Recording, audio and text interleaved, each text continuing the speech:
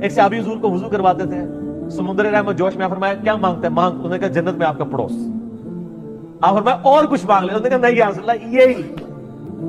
ویسے تو اس سے بھی بڑی ایک چیز ہے لیکن وہ ملنی کوئی نہیں, کہ انسان اللہ سے یہ مانگے کہ یا اللہ مجھے نبی بنا دے. یا نبی اللہ, ہمارے آباء و اجداد نے حضرت یوسف علیہ السلام سے موت کے وقت یہ عہد لیا تھا.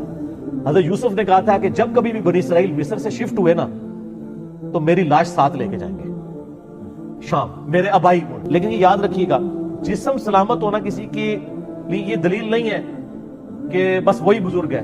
جس کا جسم سلامت نہیں تو وہ بزرگ نہیں ہے. کئی صحابہ کرام ہیں ان کے لاش کے ٹکڑے ٹکڑے کیے گئے ہیں. المستدرک للحاکم کے اندر یہ ڈیٹیل کے ساتھ یہ حدیث موجود ہے اور بڑی مزے کی حدیث ہے جی, بہت مزے کی. نبی علیہ السلام کسی جگہ گئے, وہاں پہ ایک بدو نے نا آپ کی دعوت کی. امام حاکم نے بھی اس حدیث کو صحیح کہا ہے, امام زاہبی نے بھی, شیخ زبیر زئی صاحب نے بھی, شیخ غلام مصطفیٰ زئی صاحب نے بھی, شیخ البانی نے بھی. تو وہ جب دعوت کی نا تو وہاں پہ اس نے نبی علیہ السلام کی خوب مہمان نوازی کی. تو آپ بڑے خوش ہوئے. آپ نے فرمایا مانگ کیا مانگتا ہے.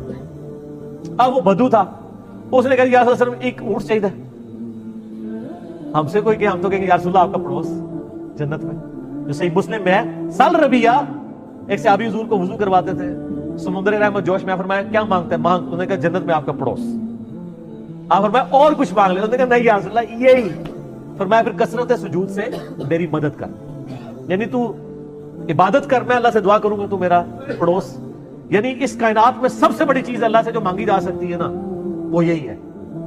ویسے تو اس سے بھی بڑی ایک چیز ہے لیکن وہ ملنی کوئی نہیں, کہ انسان اللہ سے یہ مانگے کہ یا اللہ مجھے نبی بنا دے. لیکن یہ وہ بھی ہے چیز, یہ اللہ کا فیصلہ ہے. ہم اللہ سے تو کہتے ہیں اللہ مجھے مومن بنا دے, اپنا ولی بنا لے, یہاں تک تو دعا کر سکتے ہیں, نبی بننے کی دعا تو نہیں کر سکتے. نہ نبی علیہ السلام کے خاتم النبیین ہونے سے پہلے کر سکتے تھے نہ بعد میں, ورنہ سب سے بڑی دعا یہ ہوتی. اس کے بعد اگر کوئی دعا ہے نبی نہیں بنا سکتا تو نبیوں کا پڑوس. اینڈ رزلٹ یہ ہو کہ جنت میں نبیوں کے ساتھ. تو اس بدو نے کہا یا رسول اللہ ایک اونٹ چاہیے, ایک بکری جو دودھ دیتی ہو. وہ آخر میں تیرے نالوں تے اللہ دے بندیا موسیٰ علیہ السلام دے زمانے دی بڑھڑی چنگی رہ گئی. انہوں نے بھی کوئی صحیح گل مانگ لی سی, تو اونٹ اور بکری مانگ رہا ہے. تجھ سے تو موسیٰ علیہ السلام کے زمانے کی بڑھیا اچھی رہ گئی.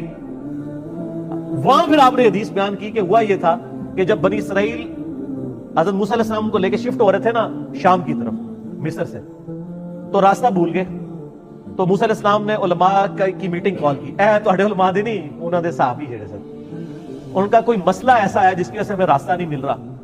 تو علماء نے حضرت موسیٰ علیہ السلام کو عرض کی کہ یا نبی اللہ, ہمارے آباء و اجداد نے حضرت یوسف علیہ السلام سے موت کے وقت یہ عہد لیا تھا. حضرت یوسف نے کہا تھا کہ جب کبھی بھی بنی اسرائیل مصر سے شفٹ ہوئے نا تو میری لاش ساتھ لے کے جائیں گے شام, میرے آبائی ملک. آپ کو پتا ہے نا کہ وہ حضرت یوسف علیہ السلام تو ایک حادثے کے تحت مصر آئے تھے نا, آبائی ملک تو شام ہی تھا نا, جو کچھ بھائیوں نے کیا, اور اس پہ ایران والوں نے ایک فلم بھی بنائی ہوئی ہے.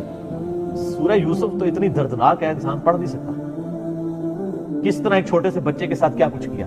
تو ان کو اپنے وطن سے محبت ہوتی تھی. انہوں نے کہا تھا بنی اسرائیل جب بھی تم یہاں سے شفٹ ہوئے نا میری لاش ساتھ لے کے جانی ہے میرے آباء و اجداد کی سرزمین میں, حضرت ابراہیم علیہ السلام کی سرزمین میں شام. اور نہ کہ اچھا اسی لیے راستہ نہیں مل رہا. انہوں نے کہا چلو واپس.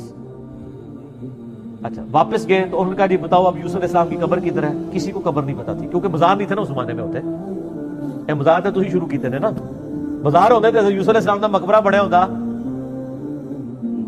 تو علماء نے بتایا کہ ایک بوڑھی عورت ہے جس کو پتا ہے قبر کی لوکیشن, لیکن وہ بتاتی نہیں کسی کو. وہ کہتی ہے موسیٰ نوں لے کے آؤ, میں وہ نال گل کراں گی. آپ اگوں نے گل کے کرنی سی. موسیٰ علیہ السلام گئے, کہا اماں بتا دے ہم نے حضرت یوسف کو شفٹ کرنا ہے. انہوں نے کہا میری ایک شرط ہے کہ جنت میں آپ کی پڑوس مجھے مل رہے. یہ وہ چیز جو حضور نے کہا کہ تو کچھ اور مانگ لیتا ہے, تجھے تو بڑھیا اچھی رہ گئی. اچھا حضرت موسیٰ علیہ السلام گھبرا گئے اور حدیث کے الفاظ آپ کے چہرے پہ ناگواری آئی کہ اب یہ اتنی بڑی چیز نے ڈیمانڈ کر لی. ظاہر یہ اس کا اختیار تو پیغمبر کے پاس تو نہیں ہے نا, پیغمبر صرف دعا کر سکتا ہے. تو حدیث کے الفاظ ہیں اسی وقت حضرت موسیٰ پہ وحی نازل ہوئی اور پیچھے کرنے والا تو اللہ ہی ہے نا سارا. اور کہا کہ موسیٰ ٹھیک ہے کمٹمنٹ کر لے. تو ان کا ٹھیک ہے. وہ ایک تالاب کے اوپر لے کے آئی اور کہا کہ اس تالاب کا پانی خشک کر دو. ویسے لبڑی اور کسی نے نہیں سی, وہ تالاب دے تھلے بیسمنٹ اسی قبر. وہ تالاب کا پورا پانی نکالا اور عرصہ دراز سے ایک چھپڑ چل رہا تھا. نیچے جب تہ نکلی تو وہاں سے قبر کھودی گئی تو حضرت یوسف علیہ السلام کا یعنی میت وہاں سے انہوں نے نکالی. اس میں الفاظ ہیں عظام یوسف علیہ السلام کی ہڈیاں برآمد کی اور پھر وہ بنی اسرائیل لے کے چلے. اچھا وہ 10 کمانڈمنٹس جو فلم ہے نا ہالی ووڈ کی, اس میں بھی انہوں نے یہ سین فلمایا ہوا ہے. یوسف علیہ السلام کی لاش کو نکال کے شفٹ کرنے وہ ساتھ لے کے جاتے ہیں باقاعدہ, یعنی ان کی بھی ٹرم میں یہ موجود ہے یہ والا واقعہ جو نبی علیہ السلام نے سنا ہے. اب اس میں الفاظ ہے عظام یوسف. اس کی وجہ سے شیخ البانی نے سلسلہ حدیث صحیحہ میں جب حیات النبی کا عقیدہ ڈسکس کیا تو انہوں نے کہا کہ میں بڑے عرصے سے اس حدیث پہ پریشان تھا کہ یوسف علیہ السلام کی ہڈیوں کا یہاں پہ ذکر ہے, تو کہتے ہیں پھر اللہ نے میری مشکل آسان کی, مجھے ابو داؤد میں ایک حدیث مل گئی جس سے مجھے پتا چلا کہ عربی لنگوسٹک میں جسم کے لیے بھی ہڈیوں کا لفظ بولا جاتا ہے. یعنی کبھی ہم بھی کبھی بولتے ہیں نا یعنی جسم ٹوٹ رہا ہے, بعض کہتے ہیں میری ہڈیاں ٹوٹ رہی ہیں, وہ ٹوٹ تو نہیں رہی ہوتی, یہ محاورتاً لفظ ہے. اور وہ کہتے ہیں وہ اس طرح کے ابو داؤد میں ایک حدیث ہے کہ نبی صلی اللہ علیہ وآلہ وسلم کو صحابہ کرام نے ریکویسٹ کی کہ ہم آپ کے لیے ایک ممبر تیار کرتے ہیں, اس میں الفاظ ہے تاکہ آپ کی ہڈیوں کو سکون پہنچا سکیں, یعنی آپ بیٹھ کے کھڑے کھڑے تھک جاتے ہیں تو اس پہ بیٹھ بھی جائے گا. تو وہاں پہ بھی عظام کے الفاظ ہیں.